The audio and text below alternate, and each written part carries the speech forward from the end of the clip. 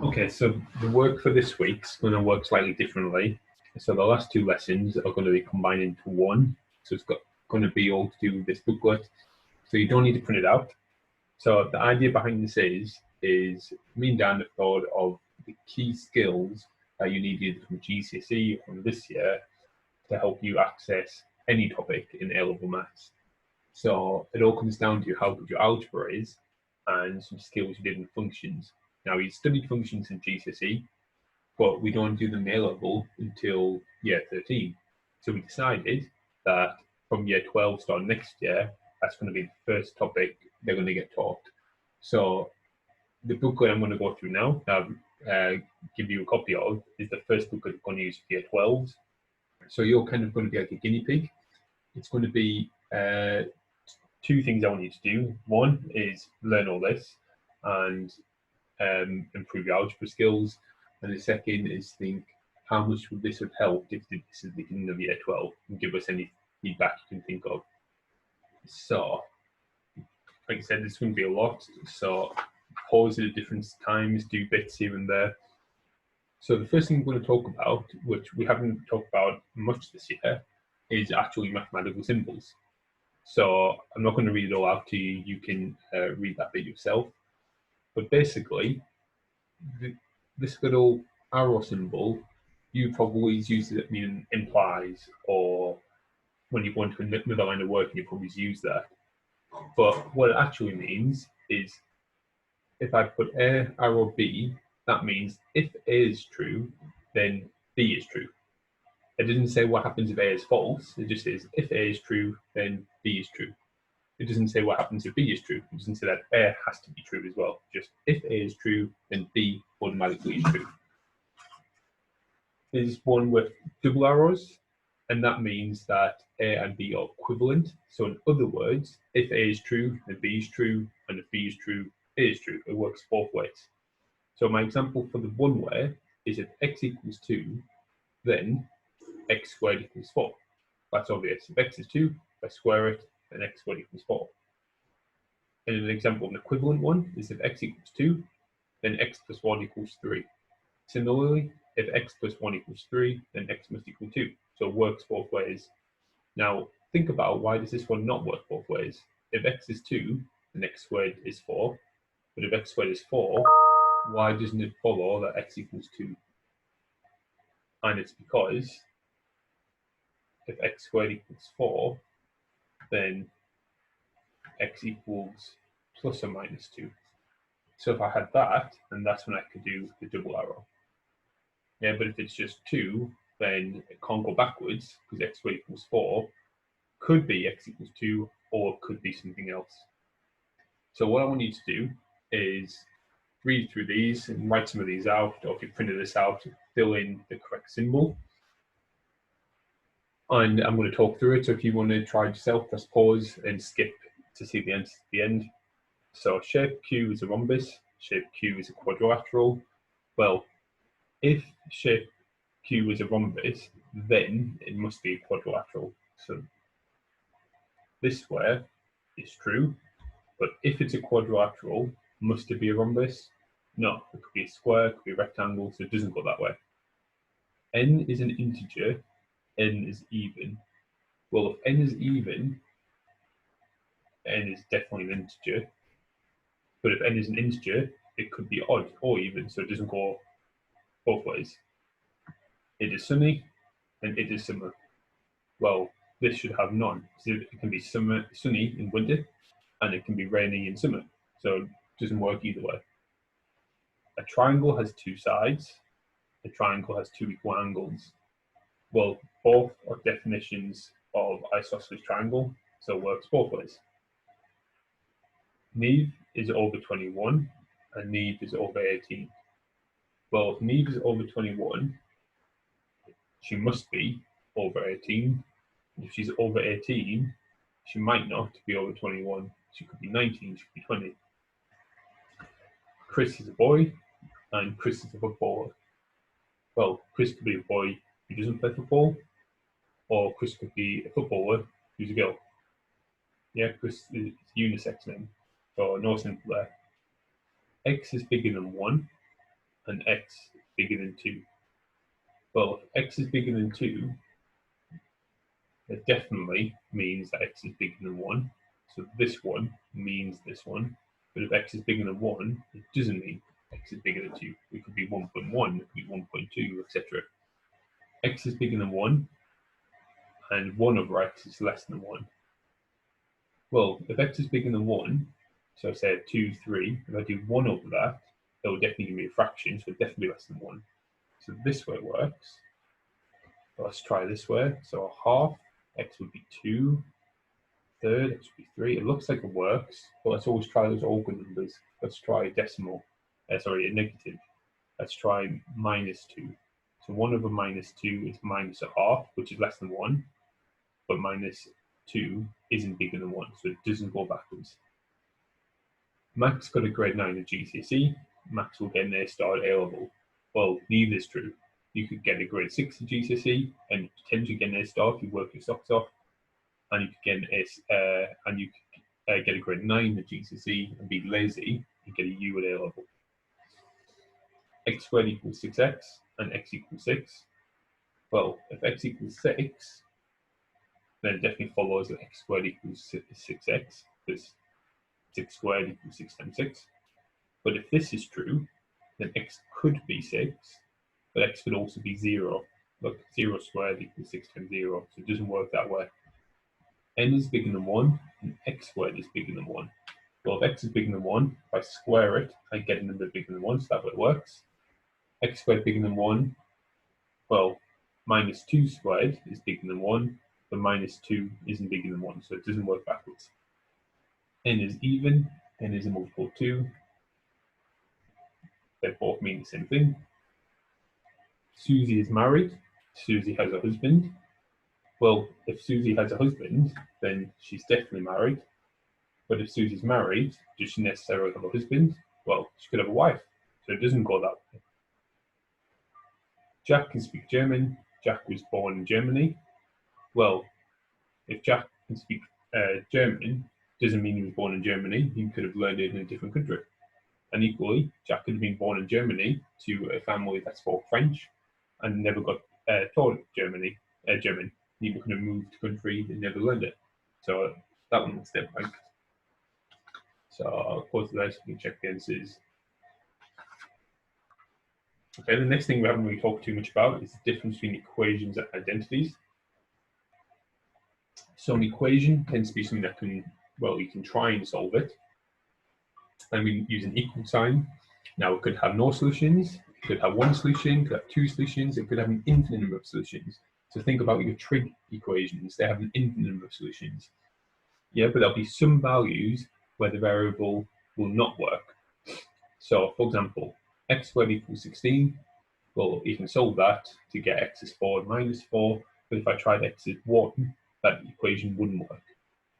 Whereas an identity is like an equation that always works. No matter what number I choose, both sides are always going to be equal. So if you look here, 3 lots of x plus 2 equals 3x plus 6. So you would have used an equal sign at GCSE when you expand the bracket, but in fact we can use this identity symbol, which is just a 3-line equal sign, because they're actually identical, means they're always equal. So I'd give you 10 examples of equations. Some of them are identities. Can you identify which ones they're identities? Either put a tick or put an identity symbol. I'll let you try this yourself, and then I'll give you the answers. So this one's always true. This one's always true. This one's always true. This one works for some numbers, because if I put 0 in there, it doesn't work. This one works for some numbers, because if I put 0 in, it doesn't work, so it's not an identity. This is definitely not an identity. So if I put 1 in there, it won't work. This one, lots of you think that's an identity, but it's not, because if you expand that, you should get 4x as well. And an easy way of seeing that is if you some 1 in log. 1 add 2 is 3, 3 squared is 9, 1 squared is 1, add 4 is 5, so they're not equal, so it's not an identity. This one is an identity. This one's not. An easy way is 2. 2 times 2 is 4. 4 squared is 16. 2 squared is 4 times 2 is 8. And this one is an identity. Yeah, remember flower power, top's the power, bottom's the root.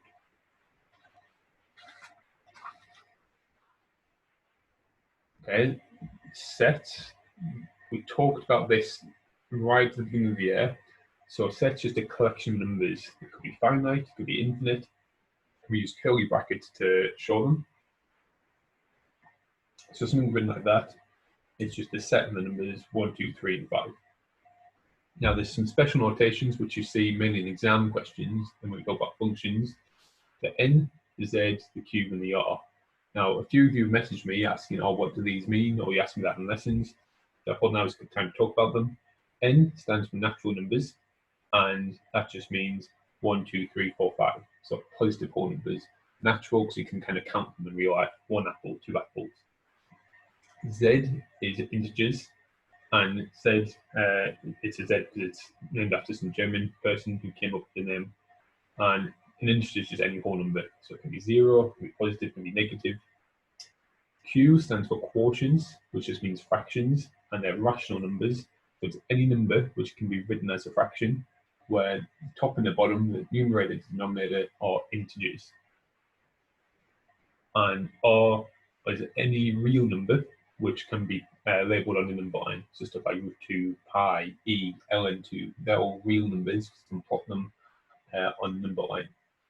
Now, if you do further maths, you'll know about numbers that aren't real, but if you do normal maths, then every number you see will be real, so don't panic. So all we're going to do is fill in the grid to see what types of numbers they are.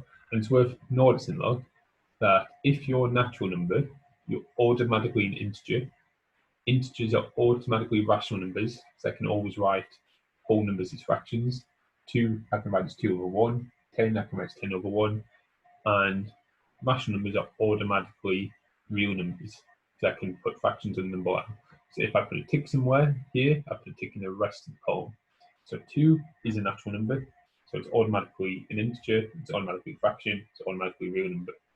-2 is not a natural number, but it is an integer, it is a fraction, it is a real number. 0.2 is a natural, it's not an integer, it is a fraction, it's 1 over 5 or 2 over 10, and it is a real number.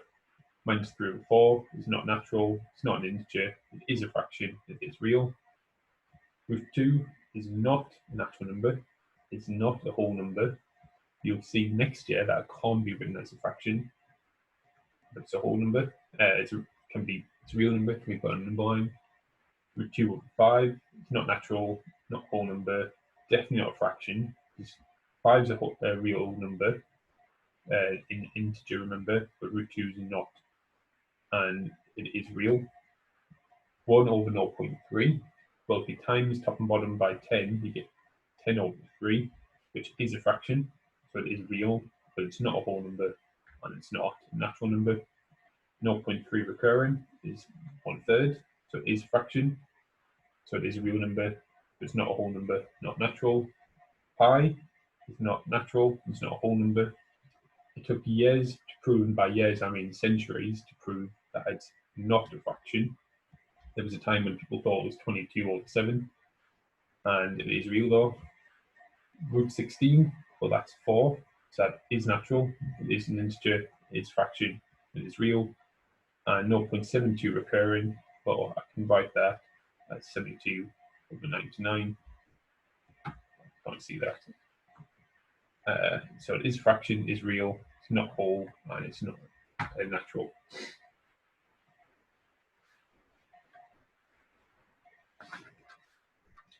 Okay, and we can use those to write set notation. So the first bit tells you what type of number it is. So Z is an integer, that's what that little E means. The dots mean such that, or given that. X is bigger than or equal to -1 and less than 8.5. So it's integers in between those numbers. So it can be the number -1, 0, 1, 2, 3, 4, 5, 6, 7, 8. Can't be 9, because 9 would be bigger than 8.5. Okay. Explain the difference between these different sets. So the inequality is the same. However, the type of number it is different. So natural number, well, if it's bigger than -3, the first natural number is 1. It can be 2, it can be 3, it can be 4, but it can't be 5. Z means whole numbers. Can't be -3, it can be -2, it can be -1, it can be 0, it can be 1, 2, 3, 4. So it's like that set with a few extra. This here will include all the fractions in between there, but it won't include stuff like pi or √2, or fractions between -3 and 4.5, and it can equal 4.5, it can't equal -3, and this is any real number. So if I plotted -3 and the line and 4.5, I would draw a circle and -3 because it can't be 3, and that colour in the circle of 4.5, there's all those numbers there on that number line. Yeah, most of the time, though, we're just talking about real numbers. So instead of writing out the R all the time, we just write X dot dot. Yeah, unless we need to specify what type of number it is, then we write these letters. Otherwise, we can just assume it's obviously a real number. Okay. There's another writing set, which is interval notation, which I think you're getting the hang of. So curved brackets mean strict inequalities, so that means they can't be equal. And square brackets means it can be equal. And infinity obviously means infinity, etc. So I'll just say minus infinity. Yeah, you can't have a closed bracket on infinity or minus infinity because you can never reach infinity. So what I want you to have a go at now is converting between set notation and interval notation. So I'll do the first couple and I'll let you pause. So between -2 and 5, so I've got 2 and 5, it can be equal to 2, so square bracket, and can be equal to 5. -2 and 5, oh sorry, that should be -2 and 5, can be equal to -2, can't be equal to 5, so I put a curved bracket. -2 and 5, can be equal to 5, can't be equal to -2. -2 and 5, can't be equal to either, so curve and curve. Bigger than or equal to -2, so -2 is the smallest number, and there's no maximum, so infinity. It can be -2, can't be infinity. Less than or equal to 5, so 5 is the biggest, and it can be 5, so -infinity is the smallest, and it can't be -infinity. X is bigger than -2, so -2 is the smallest, infinity is the biggest, can't be infinity, can't be -2. Less than 5, so 5, can't be 5, and -infinity, can't be -infinity. And then write these in set notation. So x such that put 3 and 11 and an x in the middle, and it can be equal to 4. 3 and 11 with an x in the middle, and it can't be equal to 4. 3 and 11, and it can be equal to 11, but not 3, so I put equals on that one. Same thing again, 3 and 11, but it can be equal to 3 this time and not 11.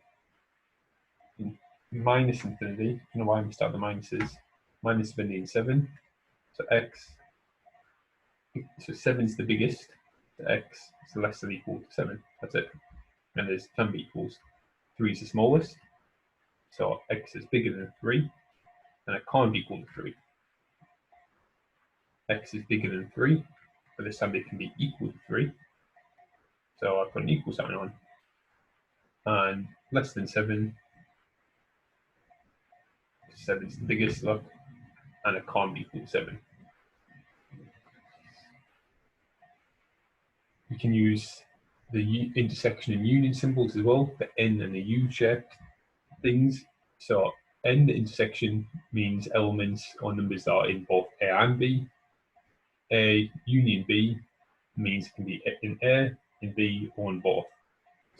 So these intersection ones, though, with set notation, can normally get away without writing it. So if I want to write this set, x is bigger than 1 and x is less than or equal to -7, I can write that as, well, x is bigger than 1, but it's less than or equal to 7. So normally with intersections, I can write them as one inequality with two ends. And then Venn diagrams, you can see we can remember from GCSE. Here's A, here's B, and the intersection is just the middle bit. And the union is all of it, all the circles. Okay, now might be a good time to take a break. I'll need one soon. Okay, now this bit is going to involve some new words. So this is the first new bit that you're going to see. So functions. So you've used functions, you've heard of functions, but you might not be entirely sure what a function actually is.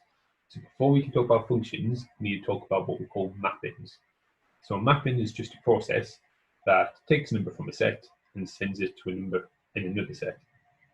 Now, the first set that we start with is called the domain, and the range is the set that the map sends numbers to.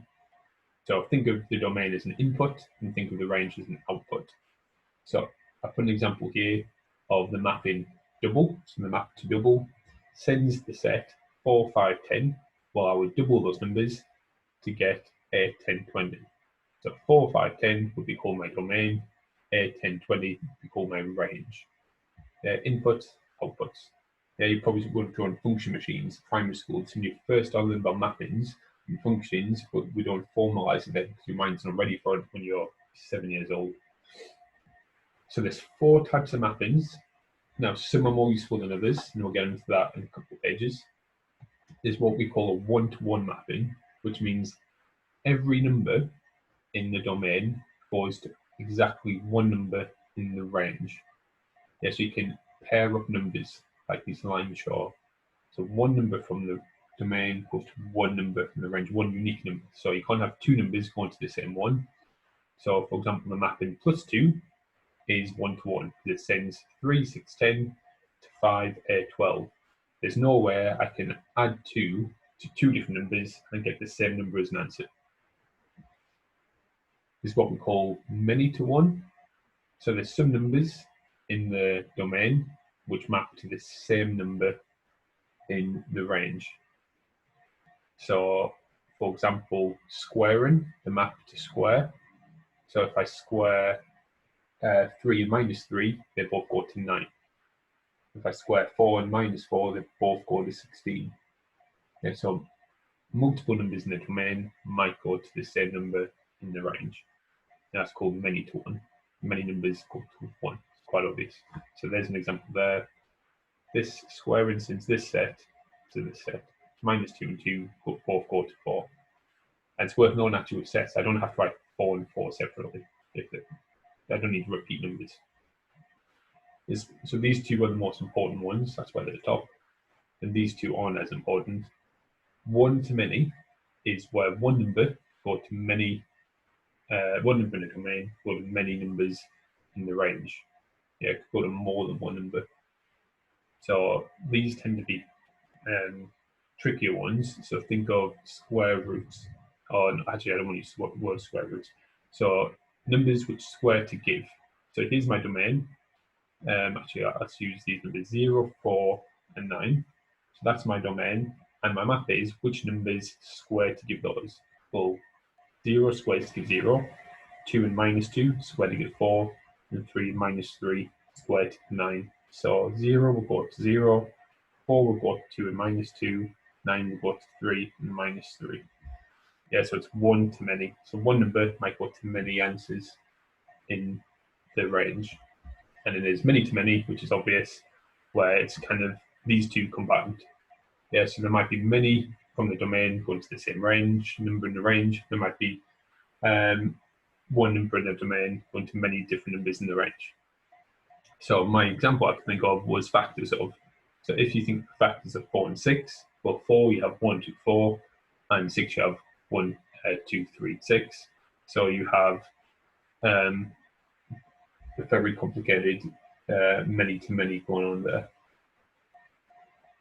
Yeah, because 4 and 6 both map to 1 and 2, whereas 1 and 2 both come from 4 and 6.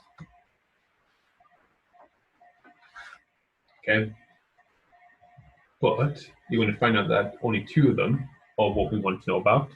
So a function is a mapping where every number domain maps to only one number in the range. Now that's not saying that 2 numbers can't map to the same number. It just says that each number can only map to one number. So 4 can only go to something like 7, but 5 could also go to 7, that's fine.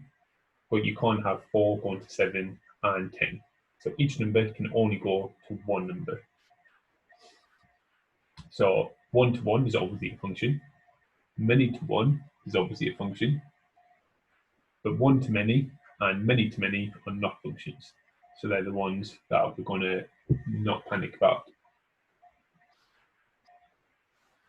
So the ways we write functions, we can write it using this little colon and arrow notation. So this means f sends x to 3x minus 2, or it's more commonly written with brackets, so f of x is 3x minus 2.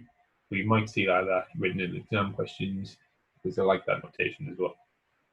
Now, the way to get your head around functions, when you're not familiar with them or you're not confident with them, is, can you see the x's in the bracket? So think of whatever's in the bracket as an input, and this is the output. And also, can you see the x there, brackets around it? So you know that whatever is in that bracket is in that bracket. So using that, you can clearly see f of 1 is 3 lots of 1, take away 2, which is 1. F of 2 is 3 lots of 2, take away 2, which is 4. F of a would be 3 lots of a, take away 2, which is 3a minus 2. F of x plus 1 is 3 lots of x plus 1 minus 2, which is 3x plus 3 minus 2, which is 3x plus 1. Do you want to try some of the rest? F of x plus 1, well, f of x was 3x minus 2, then put a plus 1 at the end, so that's 3x minus 1. F of 2x is 3 lots of 2x minus 2, which is 6x minus 2, and 2 lots of f of x, well, it's 2 lots of f of x was 3x minus 2, which is 2 lots of 3x minus 2, and you can expand that if you want into 6x minus 4. Yeah, so this bracket notation can really help if you struggle with functions. So can you practice? Just fill in this table. So these are the functions I want you to use, and these are the things I want you to sub in. Right, I'm just going to pause it so I don't waste too much time in the video, and then I'll unpause the ones that I've filled it in. Okay, so check your answers. In particular, check these last few here, especially on this set. The mistakes I think we might make is here. They might forget to square the 2, so they might just do 2x squared times 2 is 4, so 4x squared, which should be 2x squared is 4x squared times 2 is 8x squared. Similarly here, minus x squared is just x squared, and here x over 2 squared is x squared over 4. When I times that by 2, the 2 and the 4 cancel to give me a half.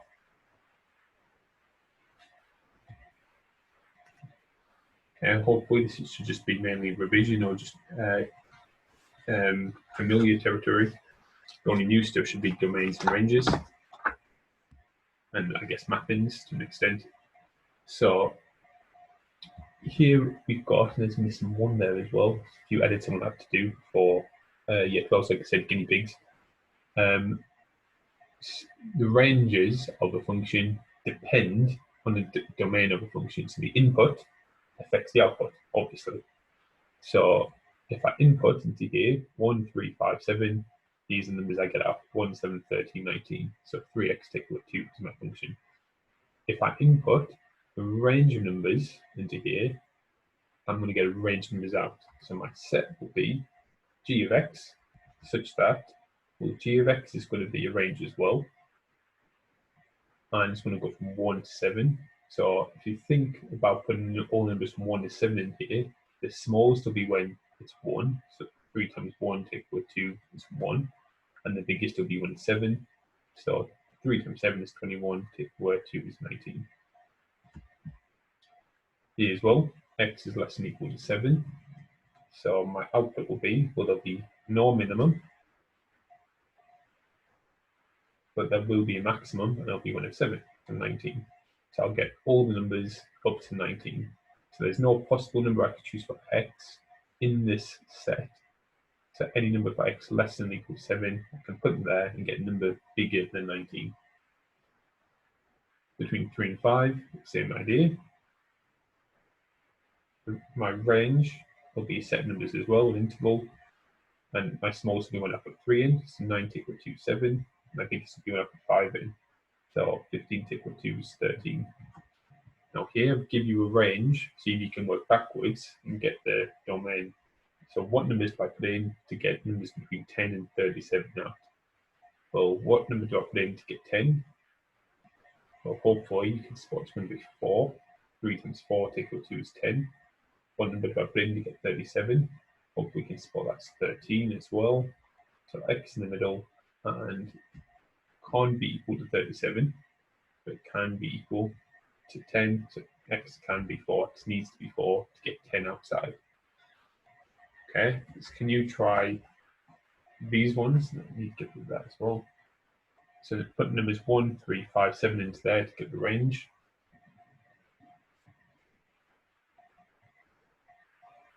So you should get out 7, 15, 23, and 31. Here you should get the numbers for between 7 and 31. Here you should get numbers are less than or equal to 31. Here you should get numbers for between 15 and 23. And here, working backwards, again, I've been using G's instead of F's. Another guinea pig moment. Working backwards. So to get 11, I would have to put 2 into there. And to get 39, I would have to put 9 into there. Okay, now this one here is just a bit of a hint of what's going to happen next year when we study functions in more detail. And again, I don't want to equals. So if I put these numbers in here, my range, I get put -1 in there, I get 1, 0, I get 0, and 2, I get 4. Sorry, I missed out 1. 1, I will get 1 as well, but I don't have to repeat the same number again. So it's 1, 0, 4, or 0, 1, 4 if you want to put in numerical order. So the interesting bit there was 2 numbers went to the same number. So this is many to 1. Remember, that's fine. It's still a function.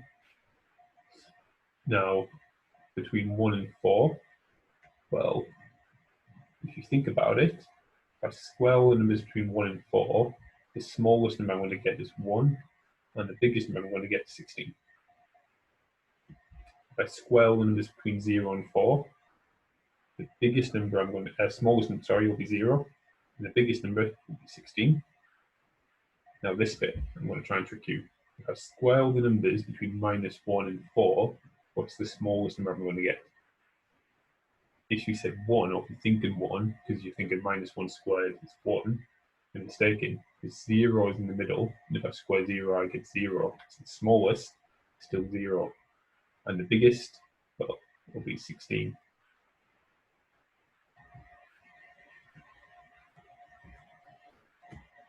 And this one, if I square all the numbers between -5 and 4, what's the smallest number I'm going to get? And if you're saying 25, because -5 is there, again, you're mistaken. The smallest number is 0, the 0 is in the middle, 0 squared 0. And the biggest, it's not 16 this time, because if I square -5, I get 25. So that's what we're going to look at more next year. How it's not as easy as just subbing in these numbers here, how you have to picture the function. And what we'll actually do is we'll actually graph the function so you can see it clearly. You look at the minimum and the maximum. That's why we studied lots of differentiations here. And working backwards, what could the domain be if that was my range? So between 4 and 25. So I imagine easily you'll be guessing, well, 2 squared is 4 and 5 squared is 25. I imagine you're thinking of that.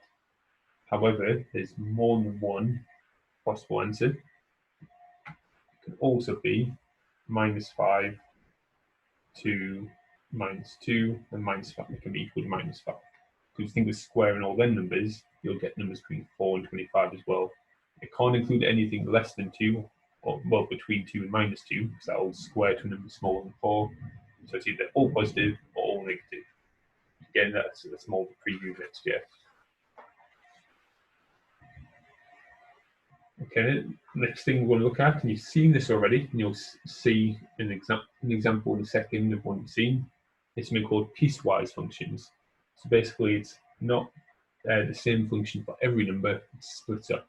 So here's a nice example. So a function is defined as x squared if x is less than or equal to 5, or if x is bigger than 5. The function is defined as 1 over x plus 1. So depending on what numbers I sub in, depending on my input, I do different things.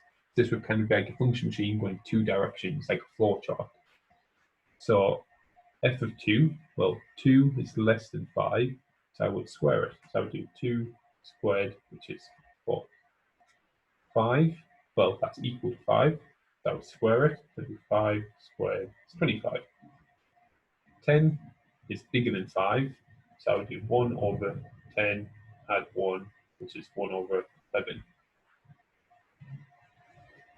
Okay, can you have a go at doing this next one yourself? The next example, so 5 take away 2x if x is less than 1, and x squared plus 3 if x is bigger than or equal to 1. So f of 0, 5 take away 2 times 0, which is 5. F of 1, so I use the bottom one, so 1 squared and 3 is 4.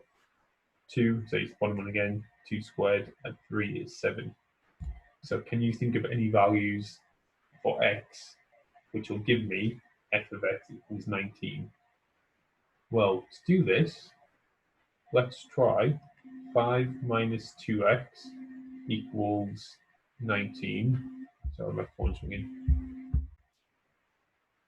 Sorry about that. I'll just finish off this page and then I'll stop the video and make another one of the rest of it. So if you solve that, I will get 2x that side minus 14 on that side. So x is minus 7. Then I have to check, can x equal minus 7? Yes. If I sub minus 7 instead, I get 19. And let's try solving x squared plus 3 is 19. So x squared is 16. So x is plus or minus 4. However, x has to be bigger than or equal to 1. So x can only be 4. So there's only 2 answers. And in this one here, f of x is x if x is bigger than or equal to 0, and f of x is minus x if x is less than 0. So that should look familiar. So if I put minus 3 in, I do minus 3, which gives me 3. F of 3 is just x, so just 3. F of minus 3 add 3. Well, I need to work out that bracket first, because I don't know if it's positive or negative. So minus 3 add 3 is 0. And 0 will go into that one, so it's just 0. Can you think of any values that give you 7? Well, x could be 7, that's an obvious one. And x could also be minus 7. Minus 7 would give you 7. And this is the function I was talking about, as you've seen something like a piecewise function already. It's just the modulus function. Yeah, so you've seen it. The year 12s learn about later in the year. Okay, I'm going to stop it there, have a break, and I'll make the next video from page 11 onwards.